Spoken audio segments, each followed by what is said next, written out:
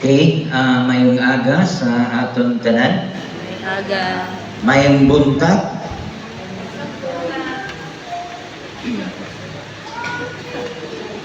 Mayong buntag sa mga nakabati kag wala makabati.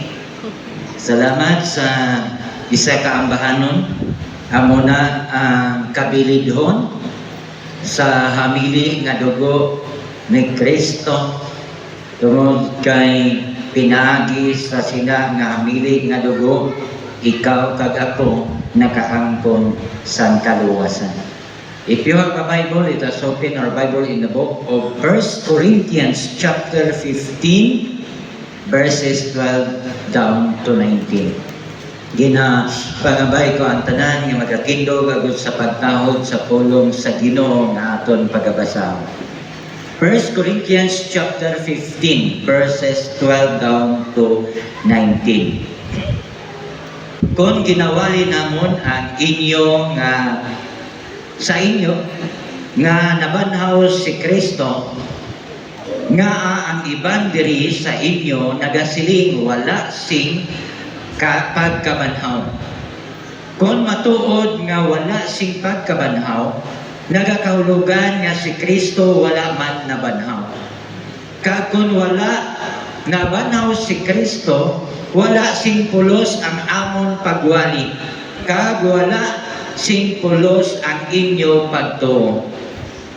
Hindi lang ina, kundi nagagwa nga nagabutig kami parte sa Dios. Kay nagasugid kami nga nabanhaw, kinbanhaw niya si Kristo. Pero wala siya nabanhaw kung wala sing pagkabanhaw ang mga patay. Kag kung si Kristo wala nabanhaw ang inyo pagtuo, wala sing pulos, kag wala kamo mapatawad ang inyo mga salat. Kag nagakahulugan man nga ang mga tumuluo kay Kristo nga nagakalamatay wala man maluwas. Verse 19. Kung ang aton paglaom bilang Kristohanon para lang sa aton kabuhi diri sa kalibutan, kita gid ang makaluluoy sa tanan nga mga tawo. Kabay nga ang Ginoo magapanalangin sa iyang apolo nga aton ginbasa, magapangamuyo kita. Ginadayaw kanamon ka ginapasalamatan tungod sa dako mo nga kaluoy sa amon kabuhi. Tungod kay ikaw ang amon Dios nga manluluwas kag nagtuga sa kalangitan kag sa sini nga kalibutan. Gani Lord, nagapati kami nga kung sa amon lamang wala gid kami sing sarang nga mahimo sa amon kinabuhi.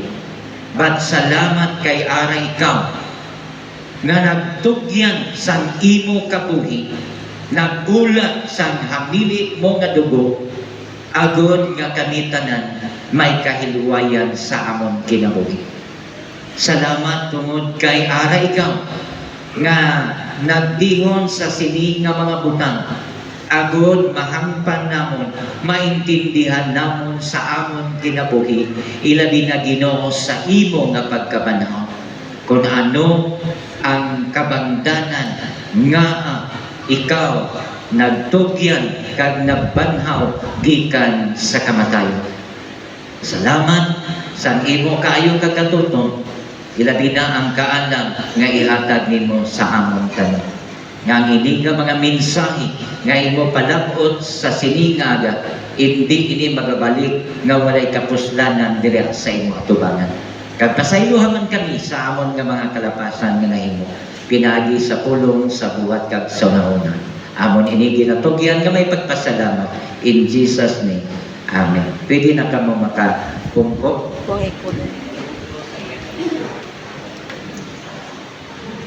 Isa naman ka pribileyo nga ginhatag sa Ginoo sa aton nga karon padayon kita sa aton nga pag-alagad sa aton buhi nga Ginoo, no? Ilabi na sa ang panahon subong, no? Kay mainit kag ginaulan naman kita, kag amoy na ang kayo sa Ginoo sa aton kay sa ibang mga lugar daw damo suno, no? Nakita naton sa mga balita damo sunod. Kag nasuban man kita tungod kay may isa naman kaalagad sa Ginoo nga iya naman nga ginbawi, no? Isa ka pastor sa Southern Baptist sa Magpit napatay, no? Na ginbawian gid sa iya nga kinabuhi.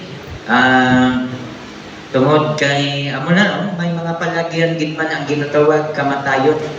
Tungod kay naga-enjoy siya sa iya nga pag-ride sa iya nga motor, ginatake siya sa headland. No, amo na nga ingat gid kita karon, halong kita kay perti kay init, di ba? Panahon naton subong lain na sadto kay sa subong.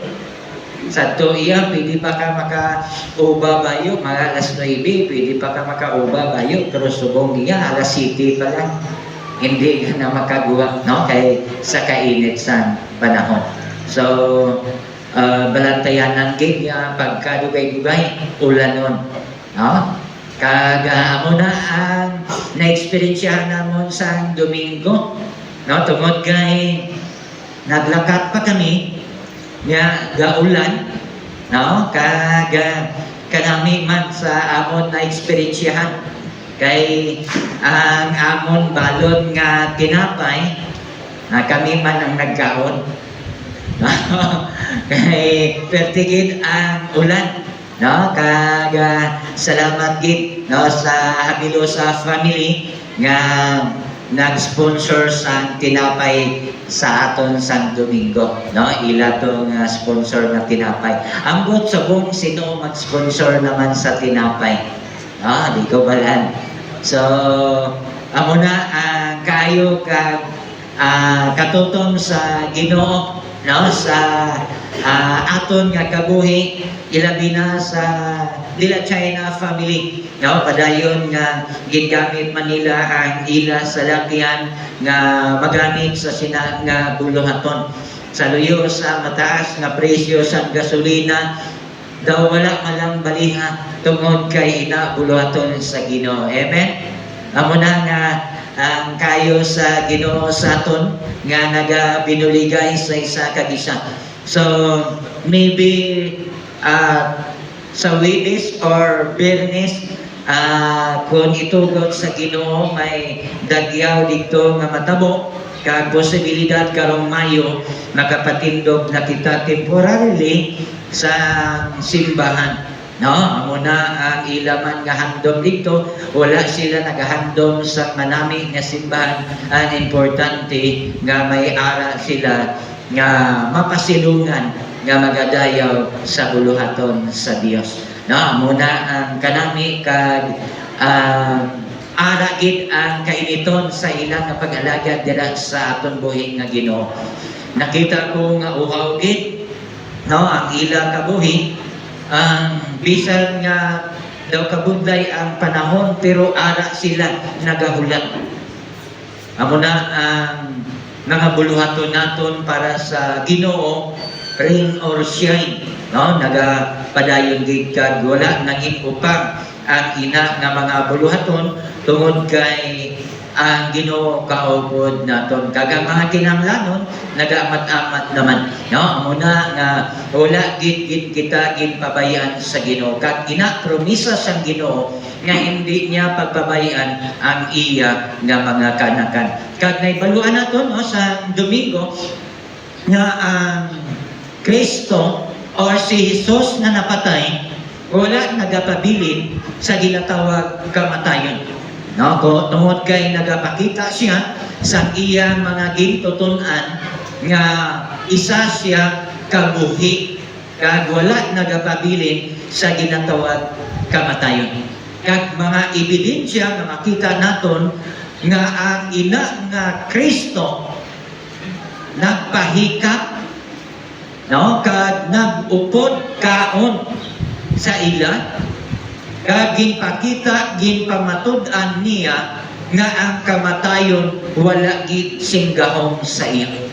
Kag ang iya lawas ginatagan sang langit nun nga lawas, kag ang ina nga lawas hindi na mapatay, kag hindi naman madunot. Kag gintagaan man siya sang espirituhanon nga lawas. Kaga amo na nga bisan sirado ang balay nga gintipunan sa mga gintutunan nakalusot gihapon siya. Hindi manginbaba o kung upang nga hindi siya makasulod tungod kay ang iya lawas espirituhanon nga lawas. Kag ang promesa sang Ginoo tungod sang iya pagkabanhaw amo pod ang aton dangatan sa aton kabuhi. Hindi kita magapabilin sa ginatawag kamatayon tungod kay banhawon usab niya kita. Kag hatagan pod kita sang lawas nga hindi pod madunot kag ang ina nga lawas langit nun, hindi na dutan nun. Kag may ara man pod kita nga espirituhanon nga lawas. Hindi na magsilbi ang pertahan nga sirado. Siguro dito sa langit, wala na'y pertahan. Kaya nga man, useless man lang ang pertahan kung nakalusot-lusot man lang ka, bisan diin. Di ba? Amo ina ang grasya sa Ginoo sa iya nga ginhatag sa aton, kada isa ka oportunidad sa aton nga kinabuhi tungod kay may madamo nga mga tao nga hindi gid magpati nga si Hesus nabanhaw. Kag may madamo nga mga tao nga hindi magpati nga ang ining Hesus anak sa Dios. May ginasubaybayan ako nga debate sa isa ka Muslim, isa ka matawag naton leader sa isa man ka grupo ngayon. Kag may mga Kristohanon man nga mga bunggitan pod naton nga naga-debate sila. Kag nagapasalamat kita kay may madamo nga mga Muslim nga na-convert into Christian. Pero may madamo man nga Christian na convert unto Muslim. Amo na nga dako nga isyu kag nagakalatabo subong nga panahon. Kag madamo nga mga Christian nga gusto magpa-convert sa Muslim. Pero hindi laban mga babae kundi lalaki. Hindi ko balan kung ano ang ilang reason. No? Kay ang matang tao may araman nga kaugalingon nga desisyon. Iya po na nga rights. Amo ganina nga sa aton nga pag-alagad sa Ginoo ini sa aton gihapon nga mga desisyon. Kung himuon naton o kung hindi ang luyag sa Ginoo. Si Apostol Pablo nagapakita diri sa tanan nga mga kamatuoran, ilabi na sa pagkabuhi sa sini nga kalibutan. Siling niya diri mabalan ang mga kilindugan o kung sa pagkatumbak sa kabuhi sa isa ka tawo, ilabi na kung walay Kristo sa iya nga kinabuhi. Kag sila ni Pablo nagatudlo mahitungod sa ginatawag pagkabanhaw. Amo ganina nga isa ka matawag nato nagapro, nagapamatuod sa pagkabanhaw ang mga apostolis mismo. Even ang tatlo ka mga babae nga nagkadto sa lulubngan ni Kristo, sila pod makapamatuod nga ang kinlubong nga Hesus wala na dito sa iya nga lulubngan. Even ang gwardiya, no, nga siling paniya gani basig ginkawat ang iya lawas, no, tungod kay Pagkanto nila sa ikatatlo kaadlaw, wala na dito sa iya lulubngan. Even ang anghel, no? Nag-approve man nga wala na. Bot silingon nabanaw gid siya. Amo na nga ang ginamba niya diri ni Apostol Pablo sa taga-Korinto. Ilabi na makita naton in verse 14 kung wala nabanaw si Kristo, wala simpulos ang amon pagwali, kag wala man simpulos ang inyo pagtuo. Ngaman, nagwali sila sa pagkabanhaw ni Kristo. Inwali nila ang pagkabanhaw ni Kristo tungod nagapati sila nga ang ini nga Kristo amo ang anak sa Dios. Kag ara sila nakapamatuod sa ilang nga kinabuhi mismo nga ang ini nga Hesus anak sang Dios. Tungod kay walay tao nga makahimo sa ginatawag milagro.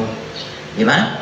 Damo ang ginhimo ni Hesus nga mga milagro nga makita naton nga ginsulat sa Biblia. Nagakalain-lain nga mga milagro. Di ba?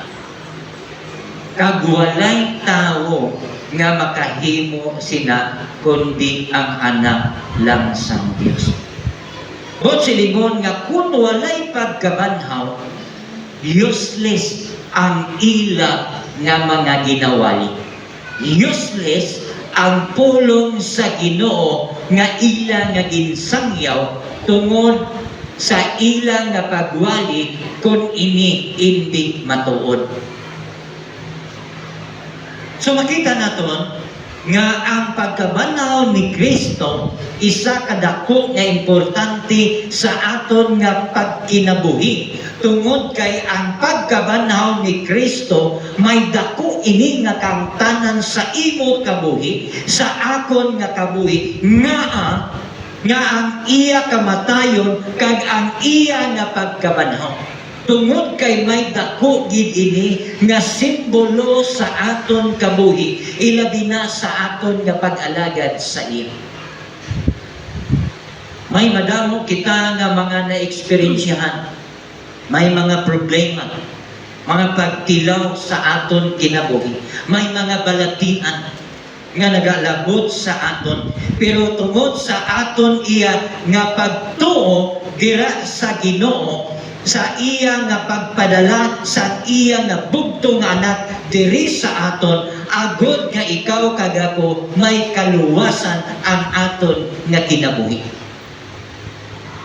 Amo ganina nga hindi kita magdugay diri sa sining nga kalibutan, aton nga pag-antos umalagi lang, kag hindi man siguro kita makalabot sa isa kagatos nga tuig, no? Kaysa magakabuhi kita nga may matutuod nga kalipay nga manging kaupod naton ang Ginoo. Ang pag-commemorate, ang handuraw or pagdumdum sa kamatayon ni Kristo sa aton nga kinabuhi, kung aton ini pamalandungan karon, ini nag-remind sa aton kabuhi. Kay base, waay na kita nagasunod sa luyag ipahimo sa Ginoo sa aton. Nga nagaselebrar man kita sa aton nga Lord's Supper every first Sunday of the month. Tungod kay ginadumdum naton ang kamatayon ni Kristo. Agud nga hindi naton malipatan sa aton kabuhi ang kahulugan sa kamatayon ni Kristo. Agud nga hindi kita malipat sa ginhimo sa Ginoo sa aton kinabuhi, nga ikaw kag ako ginhatagan sa Ginoo sa sini nga kaluwasan. Amo na nga naghambal si Apostol Pablo nangin useless ang amon pagwali sa pulong sa Ginoo kung wala nabanhaw si Kristo. In verse 15, nagasiling siya, hindi lang ina, kundi nagagawa sa nga nagabutig kami parte sa Dios. Kay nagasugid kami naging banhaw si Kristo. Sa ilang pagwali, kung walay pagkabanhaw, ano ganito? Walay pulos, pati ang aton pagtuo. Diba?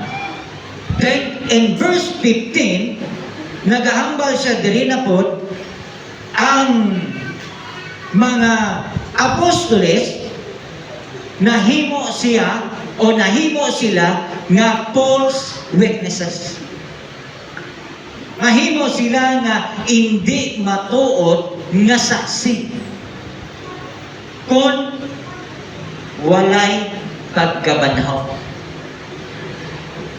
Amo ina ang ginhambal sa pagkabanhaw sa mga nagatuo sa Dios.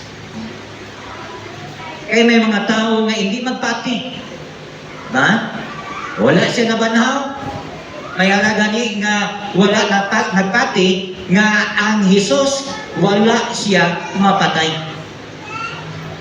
Buhi siya.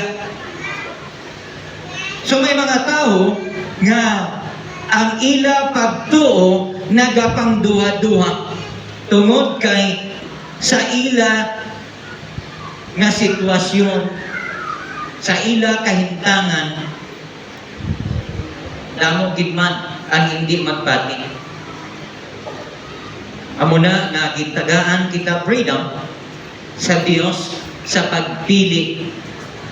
Gintagaan kita sa Dios sa aton man nga pagtuo kung nagatuo kita sa sina nga mga kamatuonan. Kaya nakita naton nga ang mga alagad sa Dios nagapamatuod sila. Amo na nga palinton niya sa taga Corinto nga ang ining Hesus kung wala siya nabanhaw, wala gid sila sang kahilwayan. Wala sila sang kapatawaran sa ila usab nga mga sala.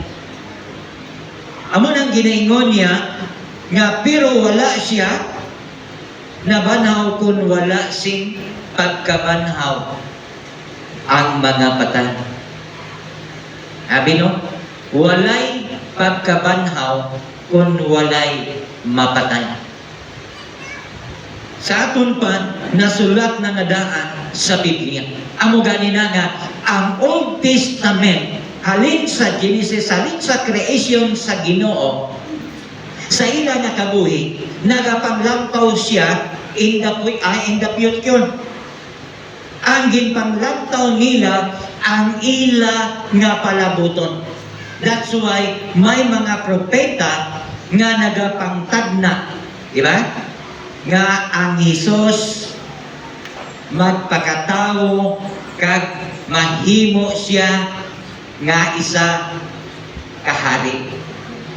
Amo ina ang sa Old Testament nagapanglantaw sa ginatawag palabuton. How about the New Testament? Ang New Testament naman, ang Bagong Testamento, wala nagapanglantaw sa palabuton. Ang New Testament naman, nagasubay na po siya sa mga nagligat. Di ba? Kung ano ang nagakalatabo. Iba no? Ang Old Testament sa palabuton in the future. Aton iya sa New Testament, nagalantaw kita sa mga nagligan kung ano ang mga nagakalatabo. ang ginpakita gani sa ilan kung walay pagkabanhaw sadto sa Old Testament, sila iya wala sa kaluwasan. Kita man sa Bago nga Testamento, kung wala po sa pagkabanhaw, wala po kita sa kaluwasan. Amo ina ang kadalom sa iya pagtulunan nga ginhambal sa mga apostoles sa pagkinabuhi sa isa ka Kristohanon. Walay pagkabanhaw kung walay mapatay. Amo ganina nga gusto kita magpalangit pero hindi kita gusto mapatay. E paano kita mabanhaw? Yan, no? Amo na nga sa aton nga kabuhi dapat usisaon naton kay kon si Kristo wala mabanhaw, ang inyo pagtuo wala pulos. Mangin walay pulos ang aton nga pagtuo kung wala nabanhaw si Kristo. Kag wala pod mapatawad ang aton sala. Amo na ang pagpamatuod sa pagkabanhaw ni Kristo. Sining Apostol Pablo sa taga-Korinto, kung ang inyo pagtuo mangin walay pulos kung wala si Kristo na banhaw. Kag amo po din sa aton ang aton pagtuo kung walay pagkabanhaw ni Kristo, wala po din sang pulos. Amo na nga ginpamatud-an ni Apostol Pablo upod sa iyang mga upod nga mga apostoles. Kanina lukan gani si Pedro, di ba? Daw hadlok pa gani siya maghikap sa kay Jesus nga nag-approve siya, di ba? Lantawan ninyo ang akon mga pilas sa kamot kag sa tiil kag sa kilid. Kag hindi lang ina, silin niya, hikapa ninyo ako, may lawas ako. Di ba? Kaya ang aton gid nga pangunahon na iya, basta kay mabanhaw kalag kita na. Di ba? Ang kalag, wala gid na siya sang lawas. Di ba? Amo na nga nagakanto kita sa patio kay may kalag-kalag. Kay ang nabiling dira kalag. Di ba? Ang aton tulad. Ang aton lawas iya, ang aton unod, ang aton panit iya, nagbalik din siya sa yako. Amot kung may sapat nagakaon tulad, siguro ido, no? Ido. Kaya kung i-open na siguro, why bilin ang tao ba? Kay patitulan, kaunon man. Diba? So amoy na ang iya nga pagpamatuod. Ginhambal niya ini tungod kay nagapati si Apostol Pablo nga matuod gid. Wala gid si Apostol Pablo nagpangduha-duha sa iya nga pagkabanhaw. Siguro kung wala gid man siguro nagpakita si Jesus Christ nga sa ila nga pagtipon, di ba? Kaya nagtipon sila eh. Pagka Domingo sa to, nagtipon sila. Kay para magsimba sa Ginoo, gisiraan nila ang balay, ang pertahan, ang bintana. Kay magsimba sa Ginoo, kag nakibot sila nga ara si Kristo sa ila tuma. So, kung wala siguro nagpakita si Jesus Christ, makasiling kita nga tuod gid siguro nga walay pagkabanhaw. Di ba? Tuod gid siguro nga ina pato-pato lang nga istorya. Pero ginpakita ni Kristo. Ganito? Nangayo pa siya sa pagkaon. Nangayo pa siya sa sudan. Kag nagkaon siya. Agod mapamatud-an nga siya nabanhaw. Kanaming gali, no? Kasi mag-isip po kita nga mabanhaw ang aton nga mga nagkalamatay, magpauli sa aton balay para mapamatud-an mo pakauna kung tuod. Gano? Pero hindi na siya matabo. Iba ang sa kay Jesus Christ na pagkabanhaw. Pinasahita na siya tungod kay ginpakita niya ina nga mga kamatuoran. Kag ang nasulat sa Biblia, ginprove gid niya nga ang tanan nga nagakalatabo matuod gid. Kag ang tanan nga nasulat sa Biblia matuod gid. Amo ganina nga may nagadibati, may tungod sa Biblia na nagasiling nga sa Bible nga nasulat ang pulong sang yawa. Hindi tanan nga ara sa Biblia pulong sang Dios. Ati ka mo sina? Dili sa Bible, pati bala ka mo nga may nasulat diri nga pulong sang yawa.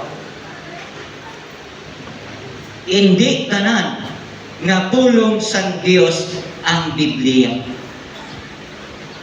Ina may mga grabe ang mga debate sa Biblia kay may madamo nga daan nga mga translation kag may madamo nga ginpangdugang. Diba? Pero nga nasulat diri ang pulong sang yawa. Kag nga ang ara sa Biblia hindi tanan pulong sang Dios. Amo na ang mga ginadibate. Ano ayhan ang aton sabat mahitungod sa Biblia. Nga makasiling kita nga ang Biblia pulong sang Dios tungod kay ang pulong nga ginhambal sang yawa ginpamulong ina sang Dios. That's why ang Biblia makasiling kita pulong sang Dios kay ginhalin ina sa Dios. Kag ang yawa ang pulong sang yawa ginpamulong ina sang Dios bot silingon hindi ina sang yawa kundi iya sang Dios. Ginpamatud-an sang Dios nga amo ina ang ginpamulong sang yawa. Okay? So nagapati kita nga ang Biblia pulong sang Dios. Kag amo ini ang magatudlo sa aton nga kinabuhi kung ano ang aton iya nga pagahimuon. Kay amo ini ang ginhambal sang iya nga mga alagad. Kay kung magsiling kita karon sa aton kabuhi nga wala kita sing sala, amo na nga gindayaan naton ang aton nga mga kaugalingon. Kay kung wala nabanaw ang inyo pagtuo, wala sing pulos, kag wala mapatawad ang inyo sala. Anong ginhambal ni Kristo sa isa ka kawatan tungod sa iyang pagtuo? Ginhambalan siya ni Kristo, today you will be with me in my paradise.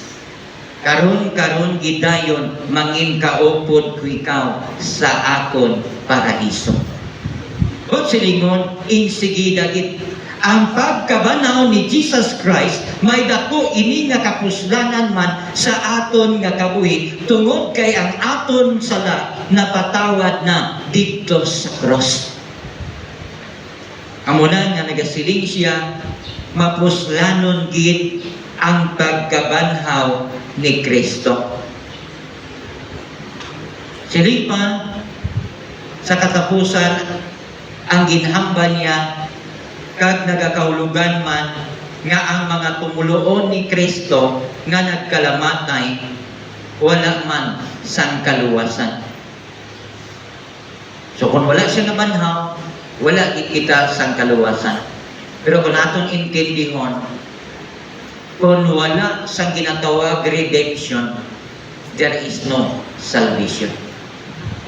Muna, isipon tagit, nga gin-redeem kita, gintubos kita, ginbayran kita, ano pa, ginransaman kita, agod lang, mahilway kita sa ginatawag nga sala. Amo na ang resulta sang pagkabanhaw ni Kristo.